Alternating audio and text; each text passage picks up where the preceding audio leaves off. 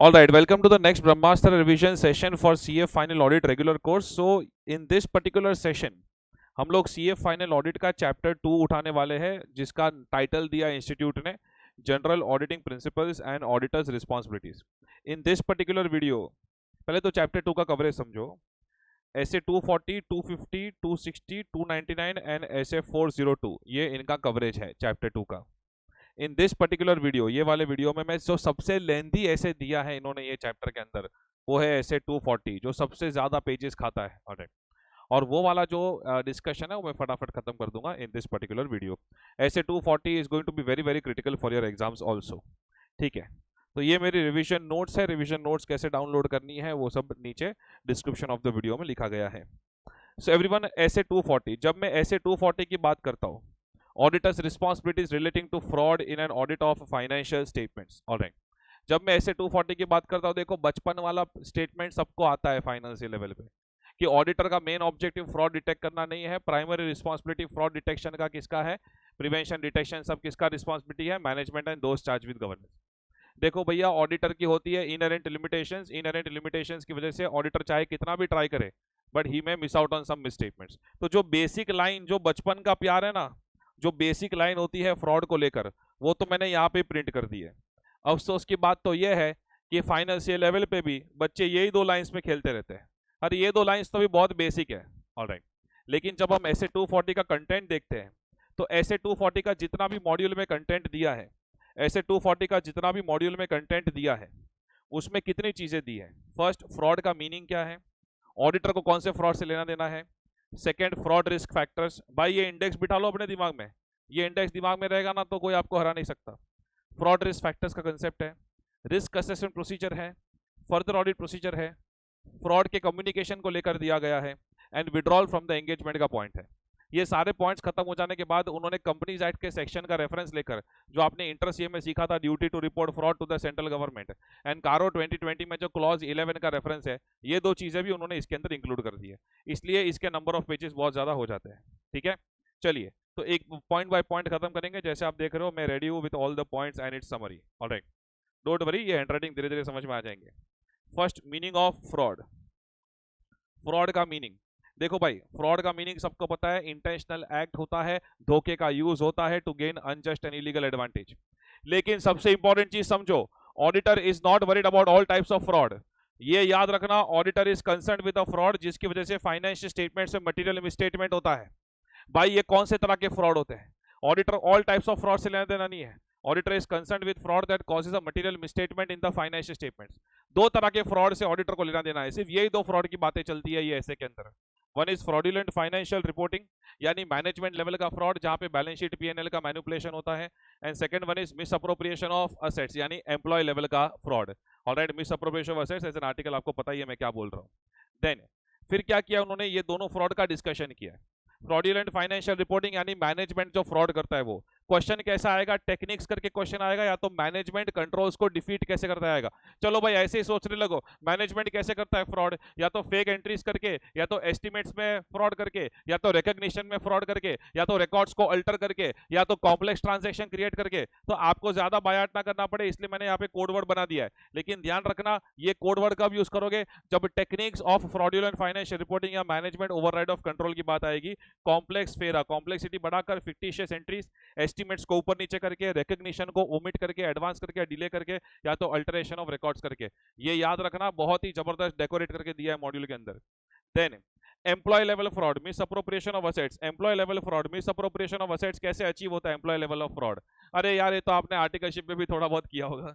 Embezzlement of receipts, थोड़ा जो receipts आ रहा है उसको थोड़ा यहाँ वहां चोरी करके. देन असेट्स को चुरा के लेके जाना. देन फेक बिल सबमिट करना, causing an entity to pay for fake bills. Alright, and then entity के asset को खुद के घर के asset की तरह समझना. So embezzlement of receipts, embezzle, steal, causing, using. Embezzle, steal, causing, using. Embezzlement of receipts, stealing physical assets, causing entity to pay for fake bills, and using entities assets for personal use. और सबसे important चीज ध्यान रखना, हम statutory auditor हैं, हम forensic auditor नहीं है. ऑडिटर जो होता है वो फ्रॉड हुआ है कि नहीं, उसका कन्विंसिंग एविडेंस ज्यादा से ज्यादा उसे मिल सकता है, बट उसका लीगल डिटर्मिनेशन कर सकता नहीं है। Auditor does not make a legal determination of whether a fraud has actually occurred और not. Legal evidence find out करना ऑडिटर का काम नहीं है। इतने पॉइंट्स मॉड्यूल में दिए हैं, जो फर्स्ट उन्होंने meaning of fraud and auditors concerns करके जो टाइटल दिया है वो। उसके बाद जबरदस्त फेवरेट है मॉड्यूल का, मॉड्यूल सारे new syllabus module questions fraud को लेकर मैक्सिमम उन्होंने यहां से पूछे हैं, वो है fraud risk factors. Fraud risk factors को बहुत ही डिटेल में एक्सप्लेन किया है। ये 100% कहीं ना कहीं एमसीक्यू या केस स्टडी के अंदर दिखना चाहिए। फ्रॉड रिस्क फैक्टर्स का मतलब है कि कोई भी इंसान फ्रॉड क्यों करता है, वाई। कोई भी इंसान फ्रॉड क्यों करता है, या तो उसे लालच हो रही है, या तो प्रेशर क्रिएट किया जा रहा है, या तो कुछ अपॉर्चुनिटी दिख रही है, या तो एटीट्यूड ही ऐसा है, या नियत ही ऐसी है कि बंदा फ्रॉड कर रहा है। अब हमें दो तरह के फ्रॉड का लेना देना है, ध्यान देना, अभी बहुत इंपॉर्टेंट बता रहा हूं। हमें दो तरह के फ्रॉड का लेना देना है, एक मैनेजमेंट लेवल फ्रॉड, दूसरा एम्प्लॉय लेवल फ्रॉड। तो सुनो, फ्रॉड रिस्क फैक्टर्स उनका फेवरेट क्वेश्चन क्यों है, बिकॉज 1 2 3 4 5 6 एंड ये पूरा क्वेश्चन 7, टोटल 7 क्वेश्चंस पॉसिबल है इसमें से। पूरा फ्रॉड रिस्क फैक्टर से पूछ लिया तो प्रॉब्लम नहीं है, बच्चे के पास बहुत सारे पॉइंट्स हैं। लेकिन अब सुनो, मैं कुछ प्रैक्टिकल क्वेश्चन डालता हूं आपके सामने। चलो, मैं आपके सामने प्रैक्टिकल क्वेश्चन डालूंगा, आप मुझे नंबर टाइप करके बताओगे 1 2 3 4 5 6 में कहां जाके बैठता है। Weak internal controls, start. Weak internal controls, अगर इंटरनल कंट्रोल्स वीक है तो कहां पे जाके बैठता है, कौन सा वाला फैक्टर है दोस्तों? वीक इंटरनल कंट्रोल्स है एक अपॉर्चुनिटी, जिसकी वजह से एम्प्लॉय को आसानी हो जाती है असेट्स का मिस अप्रोप्रिएशन करने में। अब आप अगर मेरा जूम का चैट बॉक्स देखोगे तो 1 2 5 2 5 2 5 2 6 सब आ गया था इसके अंदर। ऐसा होगा आपके साथ एग्जाम में, ध्यान रखना। वीक इंटरनल कंट्रोल से एक अपॉर्चुनिटी है। चलो एक और मौका देता हूं। आपने मैनेजमेंट की हिस्ट्री को देखा, आपको पता चला कि ये लोग की हिस्ट्री है कि ये लोग लॉज एंड रेगुलेशंस को वायलेट करते हैं। Known history of violation of laws and regulations, known history of violation of laws and regulations. Yes, number 3 कि यहां से पता चलता है कि ये जो मैनेजमेंट है, मैनेजमेंट वो फाइनेंशियल स्टेटमेंट्स के अंदर फ्रॉड कर सकता है। ऑलराइट, इनका नियत ही ऐसा है, इनका एटीट्यूड ही ऐसा है कि ये लोग फ्रॉड को भी रैशनलाइज करके फ्रॉड कर देते हैं। तो ऐसा मैंने आपको दो बताया। अब रिवीजन लेक्चर है, मेरे पास ज्यादा टाइम नहीं है चीज को लेकर। आपको वर्किंग क्या करना है, इसमें आपको खुद को ही वर्किंग करना है तो ही एक्सपर्टीज आएगी। ऑलराइट, अब सुनिए एवरीवन ओवर हियर, जब हम मॉड्यूल देखते हैं, ये रहा यहां पे 2.9 ऑनवर्ड्स चालू हो जाता है। ये 2.9 ऑनवर्ड्स चालू हो जाता है। देखो पहले कैसे दिया उन्होंने, risk factors relating to misstatements arising from fraudulent financial reporting. तो फ्रॉडुलेंट फाइनेंशियल रिपोर्टिंग का पूरा पहले दिया, यानी मैनेजमेंट के एंगल से सोचा है। ठीक है, मैनेजमेंट के एंगल से सोचा है, फिर एम्प्लॉय के एंगल से सोचा है। तो मॉड्यूल का जो 2.9 है, 2.9 ऑफ द मॉड्यूल, वहां पे फ्रॉडुलेंट फाइनेंशियल रिपोर्टिंग है, और 2.12 जो है वो मिस अप्रोप्रिएशन ऑफ एसेट्स है। अगर आपने इसकी पढ़ाई नहीं की तो बहुत अफसोस होगा। मेरे वर्ड्स याद रखो, ये बहुत ही ज्यादा सेंसिटिव है, फ्रॉड रिस्क फैक्टर्स। तो पढ़ाई करके इसके अंदर चार एग्जांपल मेरी नोट्स के अंदर आपको लिख देने हैं, या आप खुद ही ऐसा कोई टेबल बना लेना for the day of exams. इसी तरीके से आपकी एक्सपर्टीज आएगी। मैंने जानबूझ के इसको ब्लैंक रखा, अगर मैं तीन एग्जांपल यहाँ पे लिख देता तो आप उतने ही पढ़ के चले जाते। लेकिन जब एमसीक्यू की बात आती है तो सारे एग्जांपल्स को एक बार देख लेना चाहिए कि कहां पे जाके फिट होता है। और सब कुछ बायट नहीं करना है, लेकिन देखना तो एक बार पड़ेगा ही पड़ेगा आपको। Alright, fraud risk factors. तो जैसे कि मैंने आपको कहा टोटल 6 पॉइंट्स है, सेकंड पॉइंट भी आपका डाउन हो गया। Third, risk assessment procedures. मैंने मेरे रेगुलर कोर्स और फास्ट ट्रैक कोर्स दोनों में रिस्क असेसमेंट प्रोसीजर्स बहुत डिटेल में पढ़ाया है। लेकिन अब जो बच्चों की फट चुकी है, sorry to use this language, risk assessment procedures. Alright, ये मॉड्यूल में ये वाले ऐसे को लेकर इतना डिटेल में नहीं दिया, तो थोड़ा आप स्किप कर सकते हो अगर मेरे स्टूडेंट्स हो तो, don't worry. Alright, so audit procedures की जब मैं बात करता हूं, खास करके रिस्क असेसमेंट प्रोसीजर्स की, तो खाली इतना बोल रहे वो लोग, please maintain an attitude of professional scepticism throughout the audit. Then engagement team के अंदर डिस्कशन कर लो, about risk of fraud. Alright, then मोती की इंक्वायरी कर लो। किसकी किसकी इंक्वायरी? मोती, management, others, TCWG, internal auditor, ये सब की इंक्वायरी कर लो। ऑलराइट, देन देखो देखो देखो कि एनालिटिकल प्रोसीजर्स परफॉर्म करके कुछ अनएक्सपेक्टेड रिलेशनशिप मिल रहा है क्या?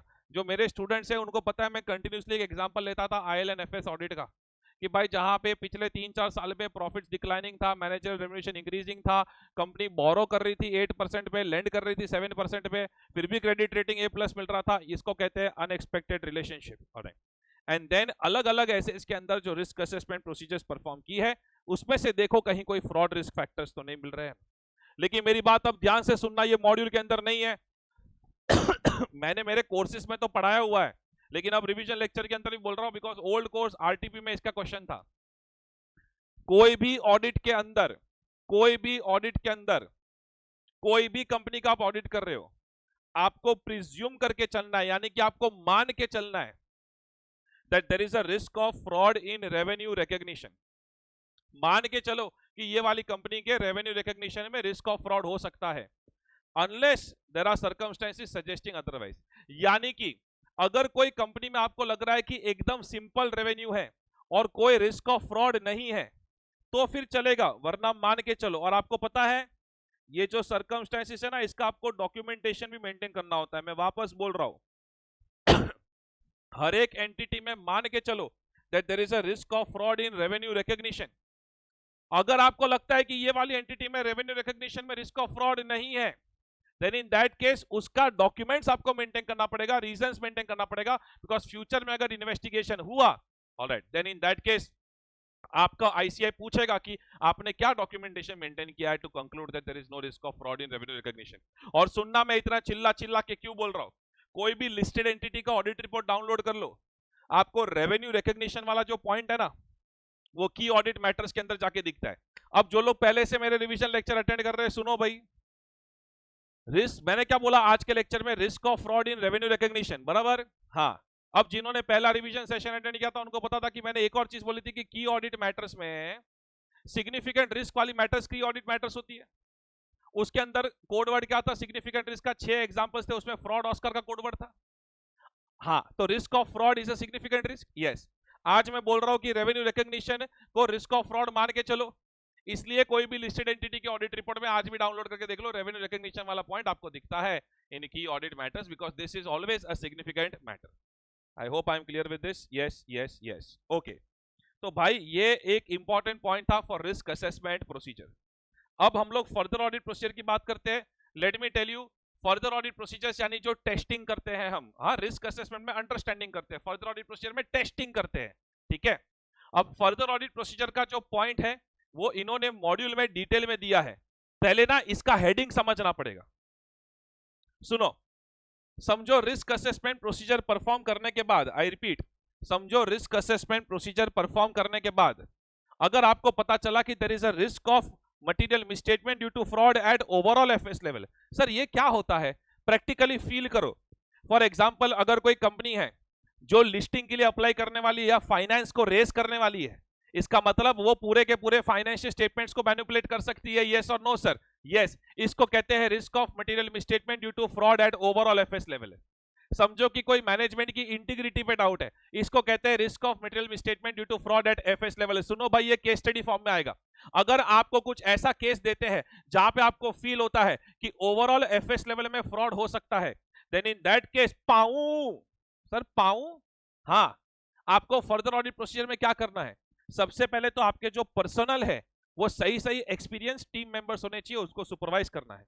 देन कोई भी मैनेजमेंट को अगर पूरा फाइनेंशियल स्टेटमेंट्स मैनिपुलेट करना है तो उनको क्या मैनिपुलेट करना पड़ता है? Accounting policies. तो अकाउंटिंग पॉलिसीज को अच्छे से चेक करना है। एंड देन आपकी जो ऑडिट प्रोसीजर्स है उसके अंदर थोड़ा अनप्रेडिक्टेबिलिटी रखना है। इसको बोलेंगे responding to risk of material misstatement due to fraud at overall FS level. Feel करो क्या चल रहा है, alright. Then responding to ROMM due to fraud at assertion level. भाई असर्शन लेवल का कोई अलग से आंसर स्पेसिफिक नहीं है, वो तो कोई भी आपको कोई भी एक आइटम दे देंगे, बोलेंगे इसमें रिस्क ऑफ फ्रॉड है, तो वो आइटम में प्रैक्टिकली सोच के आपको लिखना पड़ेगा कि आगे क्या करना चाहिए। फॉर एग्जांपल, अगर इन्वेंट्री में मिसअप्रोप्रिएशन का रिस्क है तो मल्टीपल टाइम्स आपको फिजिकल वेरिफिकेशन करना पड़ेगा, बराबर। So responding to ROM due to fraud का सिर्फ एक ही टिप दे सकता हूं कि nature, timing and extent of audit procedure shall be responsive to the assessed risk. उसका सिर्फ एक एग्जांपल है, मॉड्यूल में भी सिर्फ एक एग्जांपल ही दिया और कुछ तो नहीं किया है। देन एवरीवन ओवर हियर, सबसे खतरनाक ये है responding to the risk of management override of controls. This is very very sensitive, listen to me. ये लोग क्या कहते हैं पता है? अगर आप एक ऐसी एंटिटी का ऑडिट कर रहे हो जहां पे समझो honourable Ratan Tata and Sudha Murthy and Narayan Murthy are the founders, अगर ऐसी भगवान टाइप एंटिटी का भी ऑडिट कर रहे हो तो भी मान के चलो कि शायद मैनेजमेंट अपने ही कंट्रोल्स को मैनिपुलेट करेगा। लुक एट दिस, उन्होंने वर्ड यूज किया है irrespective of the assessed risk. तेरा रिस्क एनालिसिस जो भी है, इसका मतलब तुझे ये प्रोसीजर्स हर एक एंटिटी में करनी है, चाहे रिस्क हो या ना हो। Everyone over here, irrespective of the assessed ROMM, auditor must perform following procedures. Which procedures? JO, journal entry का टेस्टिंग करना ही करना है। आप लोग जितने भी रिवीजन लेक्चर सुन रहे हो, जो स्टैट ऑडिट वाले, उनको पता चलेगा क्या बोल रहा हूं। जर्नल एंट्री का टेस्टिंग करना ही करना है, अप्रोप्रिएट है कि नहीं। Estimates made by the management में कहीं कोई बायस का रिस्क तो नहीं है, कहीं मैनेजमेंट पार्शियल तो नहीं हो गया। एंड अगर कोई transaction outside the normal course of business है तो उसमें कोई बिजनेस रैशनल है, यानी वो ट्रांजैक्शन का कोई लॉजिक था कि नहीं था, कि ऐसे ही फंड को डाइवर्ट करने के लिए ट्रांजैक्शन किया गया है। सो आई रिपीट, चाहे रिस्क एनालिसिस में आपके जो भी कंक्लूजन आए हो, आपको जेओ ये तो हर एक एंटिटी के अंदर करना ही करना है। I hope I am clear with this. Yes sir. And then management से रिटर्न रिप्रेजेंटेशन लेना है। रिटर्न रिप्रेजेंटेशन में भाई पॉसेसिव बन जाना होता है कि मैनेजमेंट कोई फ्रॉड हुआ है क्या, डिस्क्लोज करो। मैनेजमेंट फ्रॉड रिस्क का आपका क्या असेसमेंट है, डिस्क्लोज करो। ए मैनेजमेंट, तुझे पता तो है ना तेरी रिस्पांसिबिलिटी है to implement internal controls with respect to fraud, बस वही नॉर्मल बात ही है। ऑलराइट, देन जो भी आपको ऑडिट एविडेंस मिला है उसे इवैल्यूएट करो, जो भी स्टेटमेंट मिले उसे इवैल्यूएट करो, वेदर उसमें एरर या फ्रॉड का रिस्क है। खास करके एनालिटिकल प्रोसीजर्स के रिजल्ट्स को भी इवैल्यूएट करो। सर क्वेश्चन कितने? भाई ये वाला सबसे सेंसिटिव क्वेश्चन और ये वाला सबसे sensitive question when it comes to further audit procedures, यानी responding to the assessed risk of material misstatement, और जिसको मॉड्यूल ने भी बहुत अच्छे से एक्सप्लेन किया है। ऑलराइट। अब सुनो, ये पूरा एमसीक्यू वाला पेज है, ध्यान रखना एवरीवन ओवर हियर।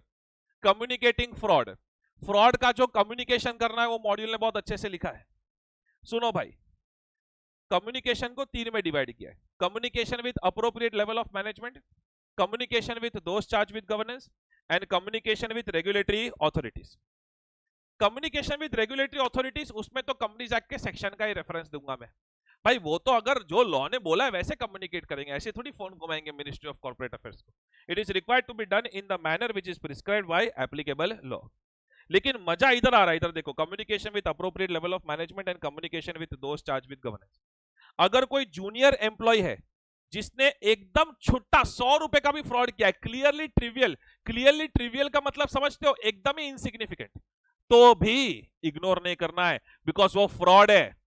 आपको अप्रोप्रिएट लेवल ऑफ मैनेजमेंट को तो कम्युनिकेट करना है। समझो 500 रुपए का कुछ रीइंबर्समेंट का फ्रॉड है, तो एटलीस्ट एचआर वाले मैनेजर को तो कम्युनिकेट कर दो।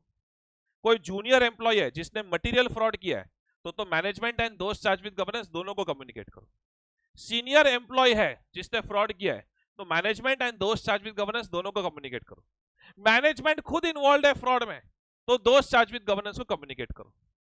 मैनेजमेंट एंड TCWG दोनों इन्वॉल्व है फ्रॉड में, देन इन दैट केस आप लीगल एडवाइस ले लो कि रेगुलेटरी अथॉरिटीज को कैसे कम्युनिकेट करना है। जो भी करना है करो, एक लीगल एडवाइस ले लो इन दिस केस क्या करना चाहिए। ऑलराइट, तो ये पूरा आपका एमसीक्यू वाला पेज हो सकता है when it comes to communicating fraud. अब सुनो, ये तो उनका फेवरेट पॉइंट रहा ही रहा है, विड्रॉल फ्रॉम द एंगेजमेंट। पहले तो इधर सुनो, ऐसे कौन से सर्कमस्टेंसेस है जहां पे ऑडिटर विड्रॉल के बारे में सोच सकता है। अगर एक फ्रॉड मिला है, भले एकदम छोटे अमाउंट का था, मैनेजमेंट को कम्युनिकेट किया और मैनेजमेंट उसका करेक्टिव एक्शन ले ही नहीं रहा है, तो भले वो इमटेरियल फ्रॉड है, फिर भी ऑडिटर डिसाइड कर सकता है that he wants to withdraw. Then अगर मटेरियल एंड परवेसिव फ्रॉड है तो बॉस ऑब्वियसली आप विड्रॉल के बारे में भी डिसाइड कर सकते हैं।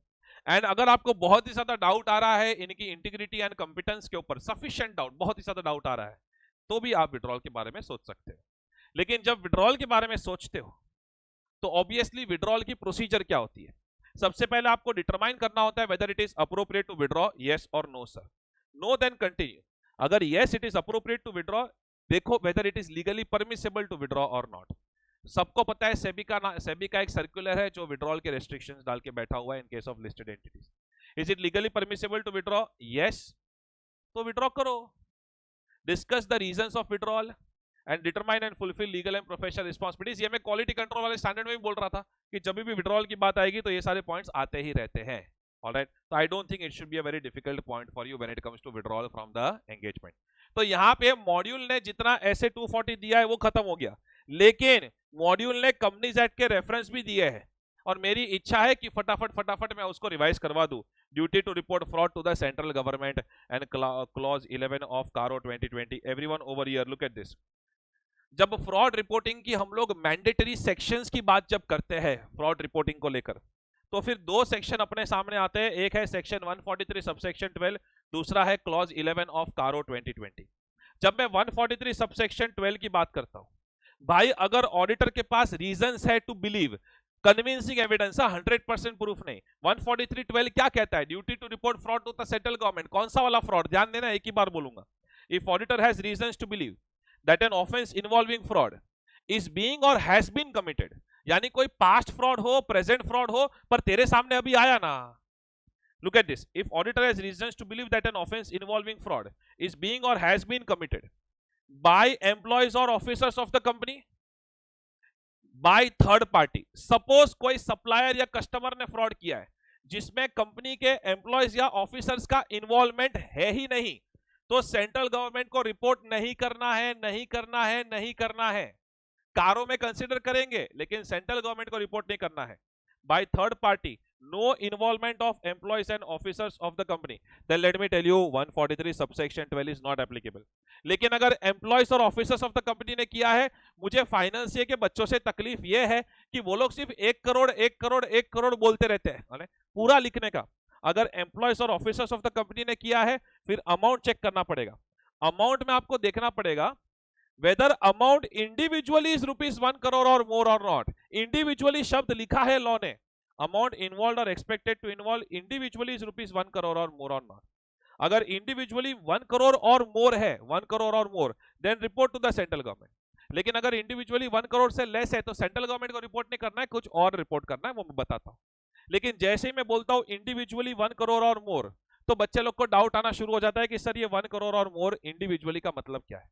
सुनो भाई, अगर मुंबई का एम्प्लॉय है, चेन्नई का एम्प्लॉय है, दिल्ली का एम्प्लॉय है, तीनों ने अलग अलग फ्रॉड किया हुआ है, लेकिन तीनों के बीच में सीक्रेट अंडरस्टैंडिंग था, देन इन दैट केस ये तीनों को मैं प्लस करके क्लब कर दूंगा, बिकॉज इंडिविजुअल फ्रॉड है वो। भले मल्टीपल एम्प्लॉयज ने किया है पर सबके बीच में एक सीक्रेट अंडरस्टैंडिंग था, तो वो एक इंडिविजुअल फ्रॉड है। सेकेंड, मुंबई, चेन्नई और दिल्ली के एम्प्लॉय ने फ्रॉड किया है, तीनों ने अलग अलग फ्रॉड किया है, तीनों के बीच में कोई सीक्रेट अंडरस्टैंडिंग नहीं था, तो वो सेपरेट एक्ट ऑफ फ्रॉड है, उसको क्लब नहीं करना है।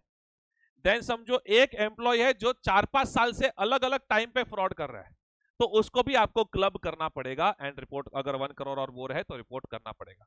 सो सुन लो एक बार इंग्लिश में, multiple employees but committing 1 individual act of fraud, we will have to report it.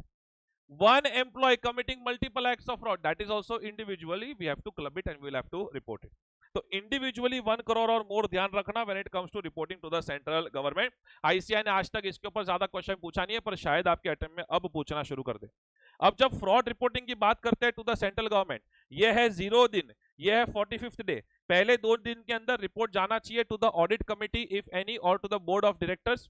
उनसे हमको चाहिए उनके RO रिप्लाई या ऑब्जर्वेशंस।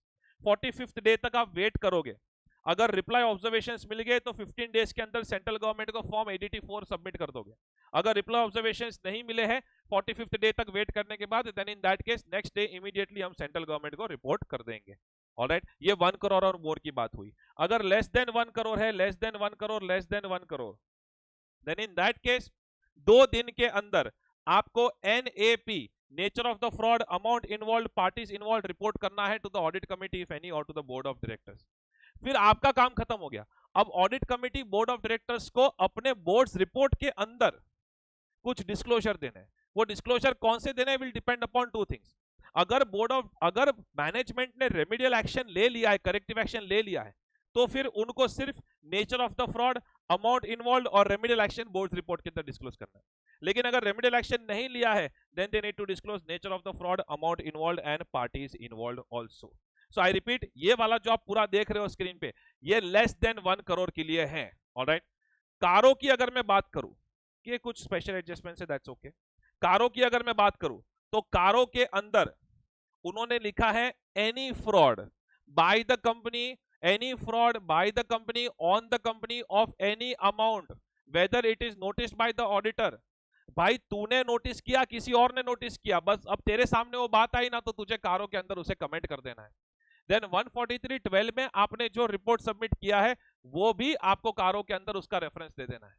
एंड अगर कोई विसल ब्लोअर कंप्लेन है, यानी कोई एम्प्लॉइज ने एनोनिमसली अपनी आइडेंटिटी छुपाकर ऑडिट कमेटी चेयरमैन को रिपोर्ट किया है फ्रॉड, जिसको विसल ब्लोअर कंप्लेन कहते हैं, तो वो भी आपको कारों के अंदर कमेंट करना है कि हाँ भाई ये हमने कंसीडर किया हुआ है। सो आई रिपीट, कारों के अंदर क्लॉज 11 है जिसके अंदर 3 सब क्लॉजेस है, ए, बी एंड सी। ए के अंदर any fraud by the company on the company, चाहे ऑडिटर तूने फाइंड आउट किया या किसी और ने फाइंड आउट किया, तूने नोटिस किया ना, बस उसे रिपोर्ट कर दे। Nature and the amount involve, उसमें कोई 1 करोड़ वगैरह का लिमिट नहीं है। 143.12 में जो तूने रिपोर्ट किया है वो भी रिपोर्ट कर दे। एंड अगर कोई विसल ब्लोअर कंप्लेंट्स है तो वो भी रिपोर्ट करना है under clause 11 of CARO 2020। Alright, तो ये जो मेरी नोट्स है, ये जो मेरी नोट्स है और ये जो कंपनीज एक्ट को लेकर मेरी नोट्स है, ये आप एक बार देख लेना तो आपका पूरा एसए 240 कवर हो जाता है। और जो जो सेंसिटिव एरियाज है वो भी मैंने आपको बता दिए। एटलीस्ट मॉड्यूल क्वेश्चंस तो करके जाओ ही जाओ when it comes to SA 240। बहुत ही ज्यादा सेंसिटिव स्टैंडर्ड है SA 240। Thank you so much.